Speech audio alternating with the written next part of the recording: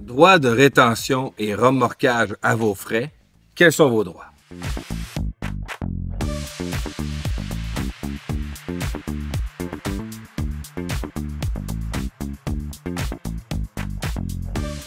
Vous avez probablement tous déjà vu des pancartes écrites « remorquage à vos frais » à proximité d'un stationnement privé.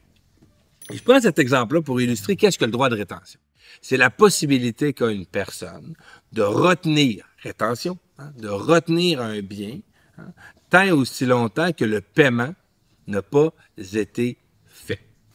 Donc, le plus bel exemple, vous allez chez le bijoutier, vous lui donnez votre montre, et vous lui dites « Pourrais-tu réparer ma montre? » Et vous vous entendez sur un prix, vous allez chercher votre montre, et vous dites « Ben, ça a coûté 500 $ réparer votre montre. » Puis vous dites « Ben, j'ai pas d'argent pour te payer, redonne-moi ma montre. » Il peut garder votre montre très aussi longtemps que vous n'aurez pas payé le montant dû à la réparation. Pourquoi? Parce qu'il y a deux éléments qui sont importants dans le droit de rétention. Donc, la capacité qu'une personne de garder votre bien avant un paiement. Le premier élément, vous avez dû donner librement votre bien. Et le deuxième élément, le montant qui est demandé doit être en lien avec le bien. Maintenant, qu'en est-il du remorquage à vos frais? Par exemple, vous êtes stationné dans un endroit où vous n'aviez pas le droit de vous stationner. Une personne vous fait remorquer. Vous allez chercher votre voiture chez le remorqueur et vous lui dites « Redonne-moi ma voiture. » Et il vous dit « Ben, le remorquage, c'était 200 $.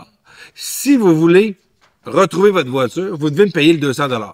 Est-ce que le remorqueur a le droit de faire ça? La réponse est non. Première raison, vous n'avez jamais donné librement votre bien. Il n'y a pas de contrat entre vous et le remorqueur et il n'y a pas de lien direct entre le frais d'entreposage et ce qui est arrivé. Et le plus important là-dedans, c'est que le remorqueur qui vous dit « Paye-moi 200 $, sinon je ne te redonne pas la voiture ». Imaginez s'il pouvait garder votre voiture, vous n'êtes jamais entendu sur un prix. Imaginez remorqueur en or qui vous suggère ou qui vous dit « Pour retrouver votre voiture, ça va vous en coûter 10 000 $. Ça n'aurait aucun sens, on est d'accord. Mais vous n'auriez pas le... S'il y avait le droit de garder votre véhicule, vous n'auriez aucun moyen de défense.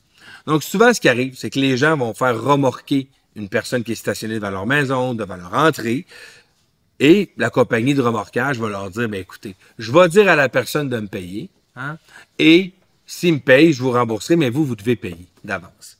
Le remorquage à vos frais, ce que ça veut dire, en gros, c'est que la personne qui vous remorque devra payer elle-même le remorquage, et si elle veut se rembourser, elle devra vous poursuivre aux petites créances pour que vous faire condamner au remboursement des frais associés au fait que vous êtes stationné à un endroit que vous n'aviez pas le droit.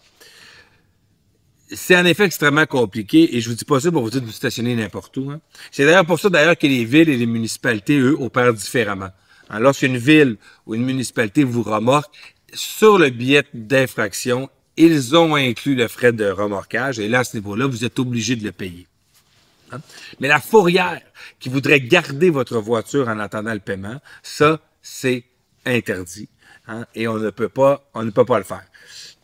Dans la vraie vie, ce que ça veut dire, vous comprenez, c'est qu'il y a peu de gens qui exercent le remorquage à vos frais. Il y a peu de gens qui vont vous poursuivre vos petites créances pour vous demander de rembourser les frais associés à leur remorquage. Mais ce que ça veut aussi dire, c'est que si vous avez fait une erreur, vous vous êtes trompé et qu'on a remorqué votre voiture et que cette voiture-là se retrouve dans une fourrière et qu'on refuse de vous laisser votre voiture tant que vous n'allez pas avoir payé 200, 300, 400 ou même 500 $, vous pouvez appeler la police. On a volé votre véhicule. On a pris votre véhicule sans votre consentement et on vous demande un montant d'argent pour le récupérer. Ce que les gens doivent faire, c'est vous redonner votre véhicule et vous poursuivre aux petites créances pour aller récupérer les sommes qui auraient été perdues. C'est une nuance quand même importante parce que c'est arrivé à plusieurs personnes de se retrouver dans cette situation-là, se retrouver à la fourrière, est obligé de négocier le fait de pouvoir récupérer son bien.